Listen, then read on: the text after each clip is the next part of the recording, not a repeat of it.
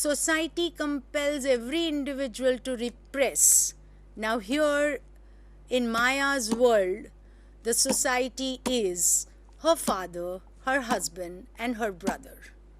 That is, they are the components who compel her to suppress her feelings, and then unconsciously she's what? That we see her at the end. Let's move on to the next.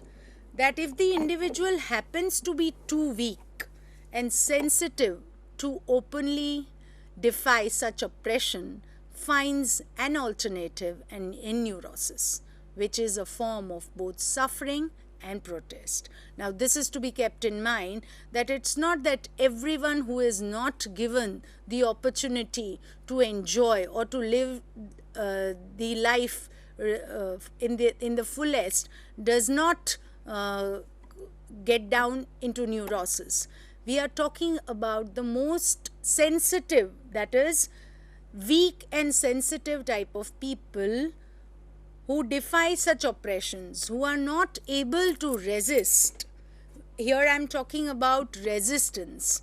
That is, too weak and sensitive people who are not able to resist the odd or the hostile circumstances or the people in their life. They succumb to neurosis, and for them this dilemma, this problem is itself a solution.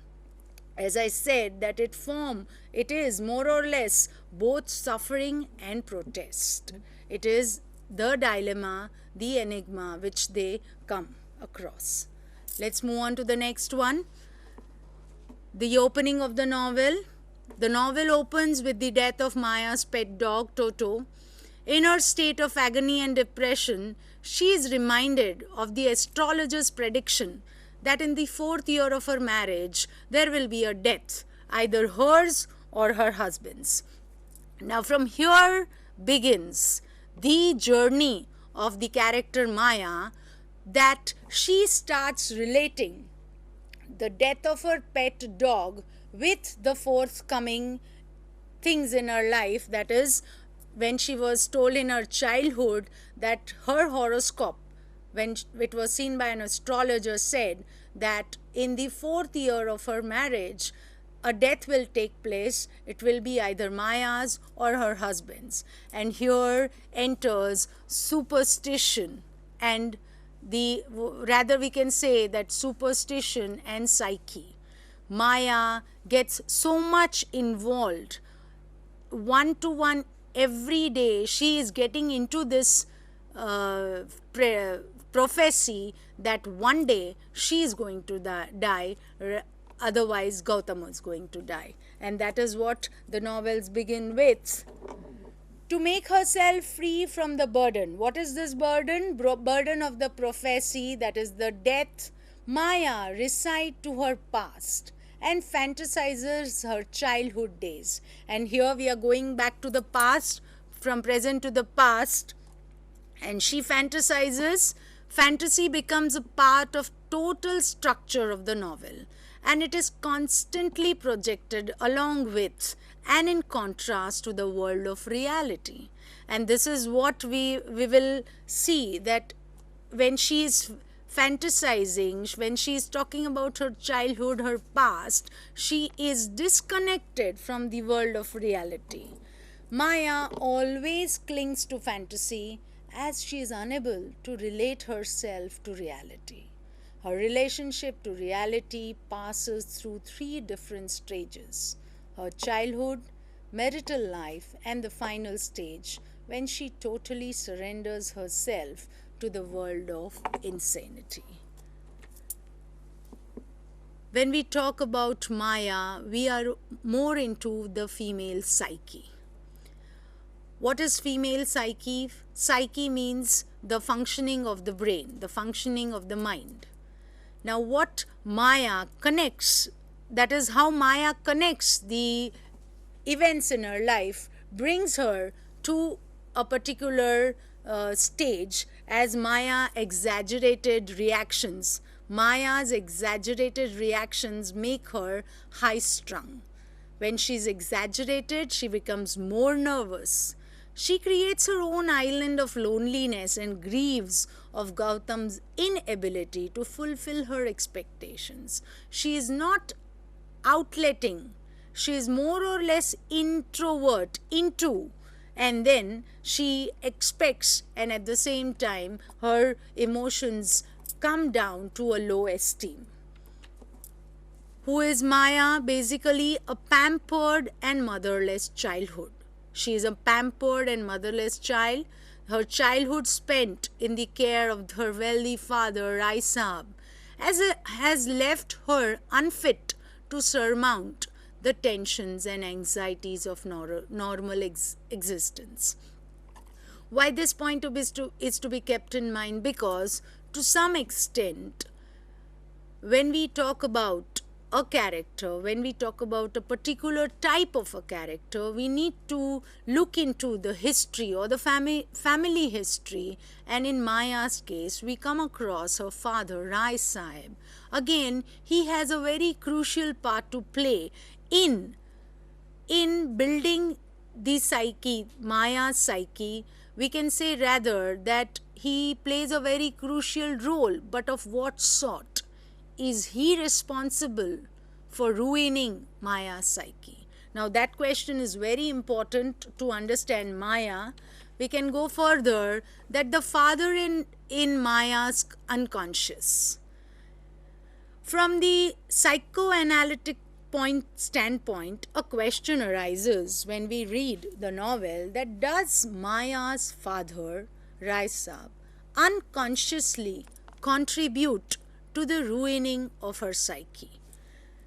Yes, definitely he plays a very important role. To what extent is to be explored. Who is Raisab as a person? Raisab is a man groomed in Victorian lifestyle and progressively disposed in many respects. But at the back of his mind is a thorough Brahmin with an unshakable belief in fatalism, which gives the resignation to his size and gentleness of his voice. Now here, the most important term to be kept in mind is fatalism, and that is what he preached Maya to. Let's see what sort of fatalism or what type of influence Maya had. He would exhort Maya to accept the bitter facts of life. I quote, he says, "If one cannot do nothing about them, why not accept?" And this is what he preached to Maya, that when you are not able to change, why not accept?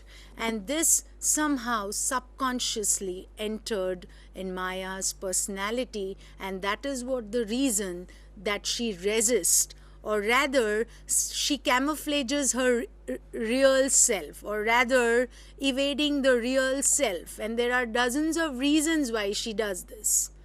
We expect Maya to be a good wife, good daughter, good sister, right? Then she portrays or projects herself like that, but somewhere in the subconscious she is repressing her real feelings, and that is how that her personality gets into a sort of a split later on. Let's now go further. As I said, fatalism, this trait is found in Rai Sahib, because there are, I think we are in scarce of time. If not, I would quote from the text where he says the prophecies by the astrologer, that is the astrologer's prophecies, are nonsense. He says that there is nothing stuff in it, and then he explains his exaggerated reaction to the prophecy, which predicted that in the 4th year of her marriage either Maya or her husband would die. Now what Rai Sahib actually wants Maya to be is, as I quote here, daddy's girl. Maya is all submissiveness, and so he rejoiced in her, saying, that in a daughter he has a treasure. He would like her to be a daddy's girl, in quotes, daddy's girl, evoking his feelings of protection rather than showing any signs of maturity and independence. And this is what, to an extent, ruins her life, that Rai Sahib from the very beginning never wanted Maya to grow on her own, or rather mature in the real sense of the term. He always wanted her to be dependent. He always wanted her to be submissive. He always wanted her to have all those feminine qualities which are most welcome in that patriarchal setup. And then Maya shapes according to what a daddy's girl should be. Now let's go on further. When he comes to know, that is, or when he realizes that Maya is attaining marriageable age, he fixes on his own without taking into considerations Maya's consent.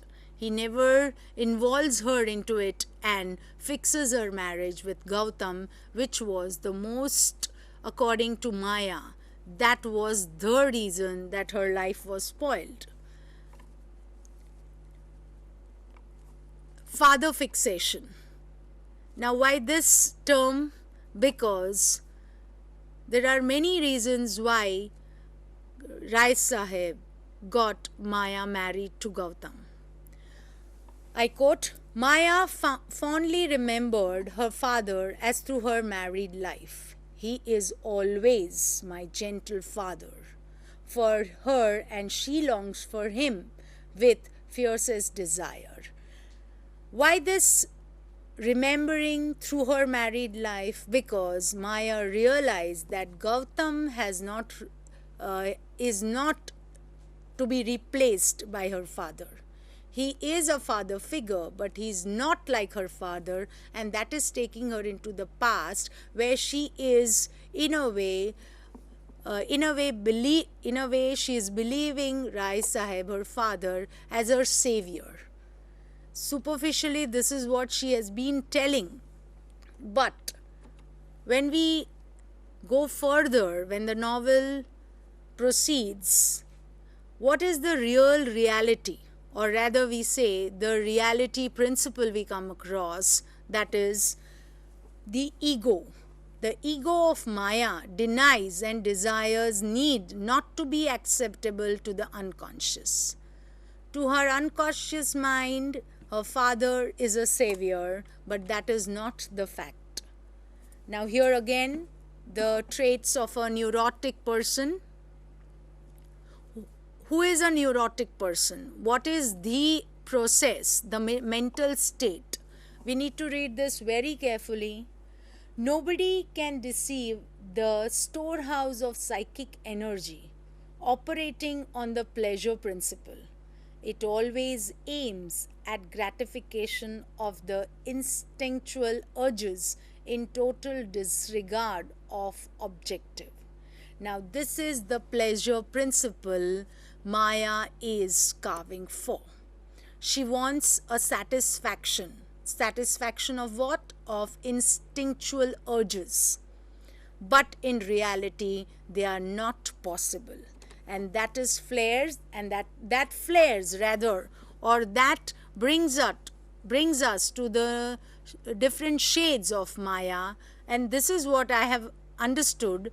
The deception of the drama between these ill-coordinated psychic agencies in Maya is perhaps one of the most interesting aspects of the novel. Now, what is this ill-coordinated psychic agency? It is, on the face, she is praising her father. She is telling that he is a savior. There's one instance when they are in a train, and when she's come across some monkeys caged, she says that my father might have come. Look for him. Help me look for him. He will open the cages. So in her mind, the father figure is a savior. But again there is a conflict. Instead of a savior, her father has actually encaged her.